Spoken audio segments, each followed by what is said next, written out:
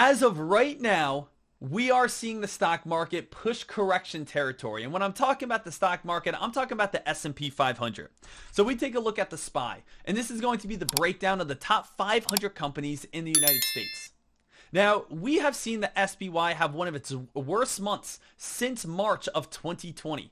We saw an absolute huge drop, but on the final day, right now, we are seeing a nice pop back up, putting the S&P 500 down about 7% from its recent highs. Now, we have seen the NASDAQ drop about 17%. We have seen the Russell 2000 drop over 20%. And the fun fact is, at this moment, let me read this from you. Shout out to Tim Z33 saying that the New York Stock Exchange had 542 stocks hit 52-week lows. Over the past 30 days, we've also seen the NASDAQ have 1,169 stocks hit 52-week lows. So what is coming on up that every single trader can be aware of? Well, we could definitely find some amazing dip buys, amazing bounce plays. If we take a look on, my favorite play, which is Tesla, Tesla has been fading and falling and fading and falling and fading and falling and fading and falling. And I bought in on this play, as you guys know, at $7.95. The stock spiked its way all the way back on up. I was able to make $27,000, right? I was able to make $27,000 on buying this play on Friday and selling today. So that was absolutely fantastic. Now, where else can we do this, right? Where else do we want to be looking at this? Well, there's a few main indicators that are going to help us be able to know exactly where to be able to buy at a bottom so we know we're going to be able to make money. Let's just stick with the Tesla train here for a second. One of my favorite indicators to use by far is always going to be that RSI indicator. The RSI is going to be one of the best indicators out there to really just give you a great grasp on where you should be buying or where you should be selling. And if you guys do not know, the RSI is broken down like this. Anything that is above a 70 on the RSI is considered overbought. Anything that is under a 30 on the RSI is considered oversold.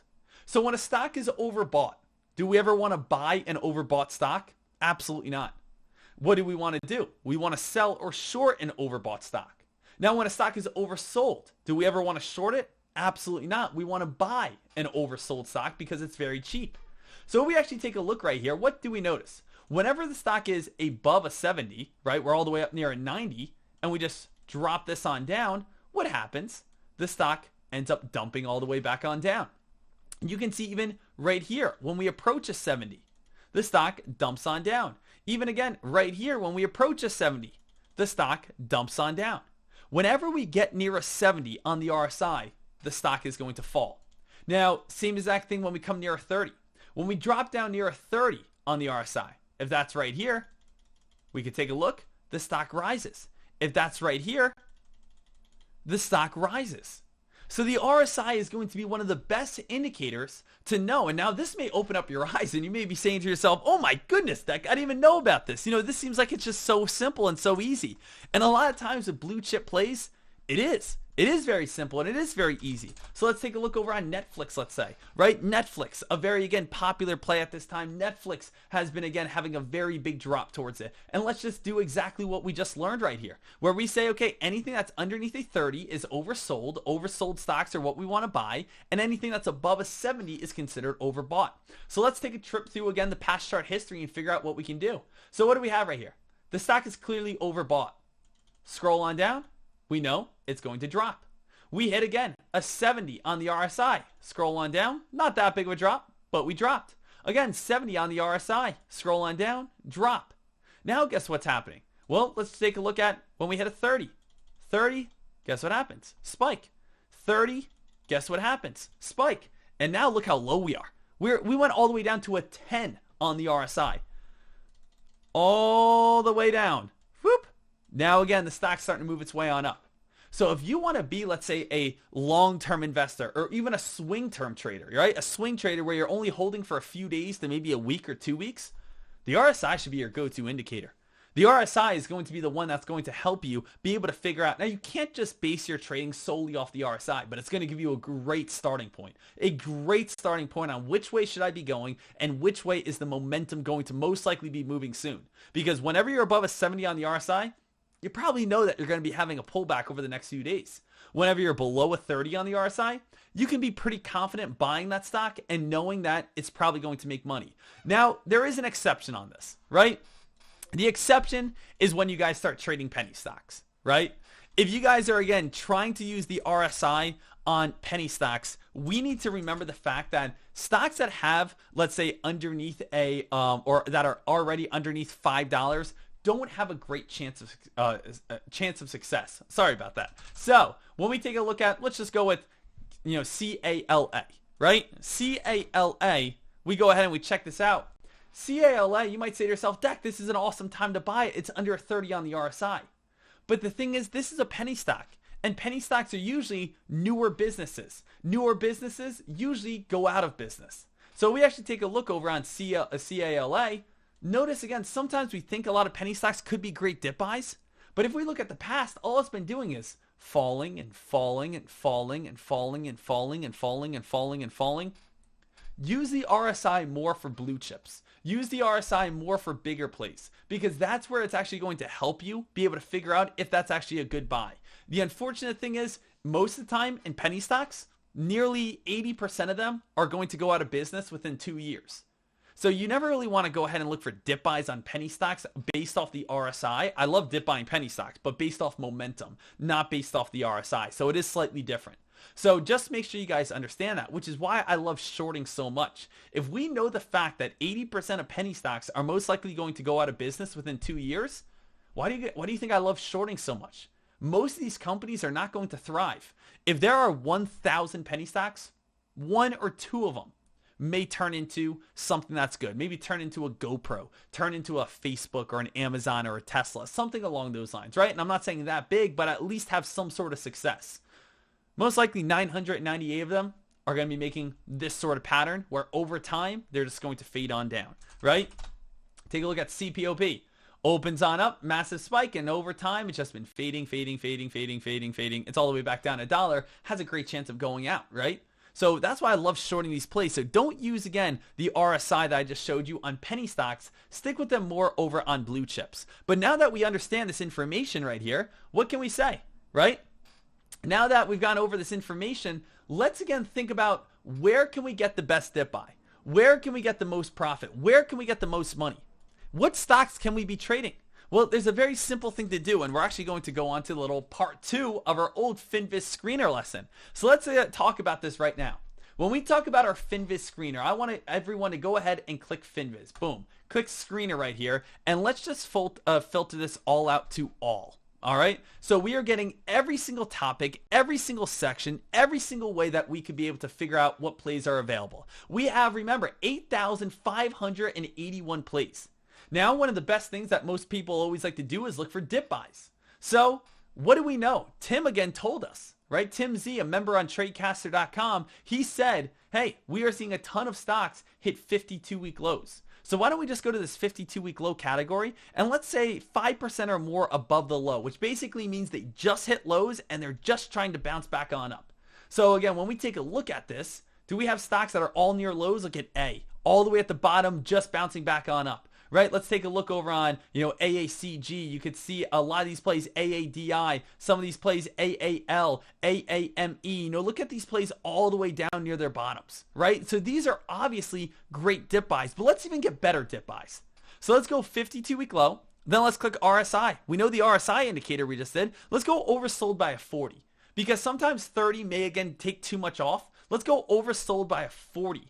And now again, we're at 2,904. Let's remember, guys, we started with over 8,000 options. Right now, we're at 2,904. Okay, cool. So we got oversold stocks that are, again, 5% or more above their low. So now we should be having a nice list here of stocks that are maybe, again, that are just coming off a low and now have a green day, right? That's what it kind of looks like. So look at our plays. Now we're kind of fine-tuning this a little bit. And when we're fine-tuning this, we can be able to get that best possible dip buy. All right, so what else can we go through? Let's kind of go through this a little bit. Do we want to go through exchange, market cap, anything along these lines? Not really. But let's say performance. Let's say performance today, it's moving up, right? We want, again, stocks that basically hit off its low, that, again, are considered oversold, and today are moving on up. And now, again, we have a great list still continuing on, even fine-tuning it a little bit more. What else do we want to see? Let's go with price. And let's say, okay, I don't want penny stocks, right? Because penny stocks may not be, too great for us at this moment. So let's just go with over the price of $10, right? Anything above $10. Okay, now we're fine tuning it a little bit more. 1400 right here. Where now again, we have all these different options. All right, let's see what else we have here. Performance number 2, you can always go with today up as well. It doesn't really matter. It doesn't change too much. What I like to look for on the next one, I'm just going through all of these to make sure, is I like to look at relative volume. Because the thing is, I like finding stocks that actually have some attention towards them. I like finding stocks that, again, are showing that they have volume. I don't like playing stocks that are dead. That are the stocks that are just sitting there all day and don't do anything. Does anyone like playing those? Not at all. We want to see what stocks have some good volume towards them. So again, we could look at volume through a volatility, which basically are showing that they are going to have a certain move over a certain period of time. Or we could look at the relative volume. And the relative volume right here is basically going to help us understand how hot that stock is. So if I click over 10, it would be 10 times its average volume. If I click 5, it'll be it's over 5 times its average volume. So let's just go with let's say over 1 or 1.5 right here. And what are we doing? We're again fine tuning this to 242 stocks. So look at where we're at. So as of now, team, from the filter that we have, we know right now we are in a nice bear market. We could see that the price, we want to see anything above $10 because we know the RSI doesn't work as well with, again, penny stocks. We want to see things that are very low, 52% or 5% or higher off those 52-week lows. On top of that, we want to see that the stock has some decent volume and that the stock also is considered oversold. Now let's check out this list here and let's see if there's any plays that are really standing out to us. So we do have ABMD. Look at this, guys. This stock obviously has been fading. We could also get a great dip buy. When you take a look over on ABMD, you can see ABMD. Let's go ahead and type this on out. That nice long lower shadow, right? That nice long lower shadow is a great way to indicate that the stock's going to be reversing on up. That's something that we always like to see. For instance, whenever we have an upper shadow, right? Here's an upper shadow on a stock. Notice what happens. The stock starts falling. Notice what we have right here, an upper shadow. Notice the stock starts falling. Now again, let's reverse that. Notice where we have a lower shadow. The stock climbs. Notice where we have a lower shadow. The stock climbs. Notice where we have our lower shadows. The stock climbs. Notice right here, lower shadow. The stock climbs on up. My favorite example, of course, that I always like to do and how I was able to make $27,000 was Tesla. Look at this lower shadow, or these lower shadows, nice rip. Look at this lower shadow, nice pop. Look at this lower shadow, nice pop. Look at this lower shadow where I bought in on Friday. And now again, a nice pop. And that was able to pay me my $27,000, right? So when I take a look over on, let's say, ABMD, immediately, I'm saying to myself, ooh, not bad at all, right? ABMD, not too shabby at this moment. I like what we're thinking right here.